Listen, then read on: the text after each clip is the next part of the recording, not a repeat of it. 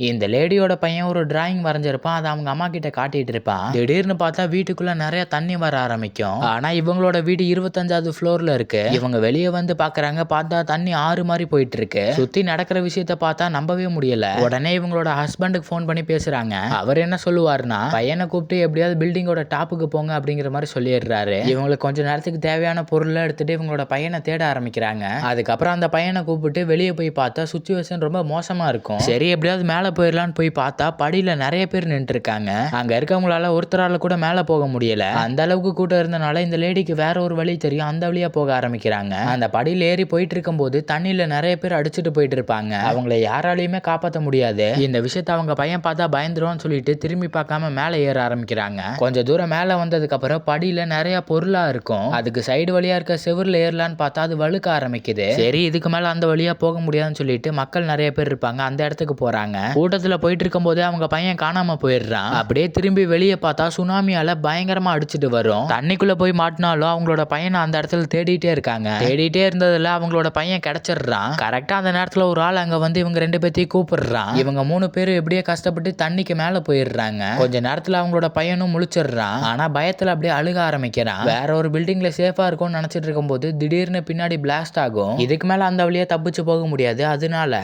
இப்போ வேற வழியே இல்லாம ரிஸ்கான வழியில தான் போய் ஆகணும். இந்த ஆளு எப்படியோ கஷ்டப்பட்டு மேல இருக்க ஃப்ளோருக்கு ஏறிடுறாரு. அங்க இருந்து கை கொடுக்குறாரு. ஆனா எட்ட மாட்டேங்குது. அதுக்கப்புறம் கொஞ்சம் கீழே இறங்கி வந்து அந்த பையனை வாங்கிப்பாரு. அந்த பையனை கொடுத்ததுக்கு அப்புறம் இந்த லேடியோட கால் ஸ்லிப் ஆகி கீழே தண்ணியில விழுகிறாங்க. தண்ணியோட அளவு மறுபடியும் ரைஸ் ஆகி மேல வரும். இந்த லேடி எப்படியோ கஷ்டப்பட்டு தப்பிச்சு மேல வந்துடுறாங்க. மறுபடியும் சுனாமி வேவ் வரும். அந்த பில்டிங்ல இருந்தவங்க எல்லாருமே அடிச்சுட்டு போயிருப்பாங்க. இந்த லேடி எப்படியோ கஷ்டப்பட்டு பில்டிங்கோட டாப்புக்கு வந்துருவாங்க. ஆனா இந்த டைம் அவங்களோட பையனை மிஸ் பண்ணிருப்பாங்க. அந்த மொத்த ஊரே இப்போ ஒரு கடலா மாறிடுச்சு.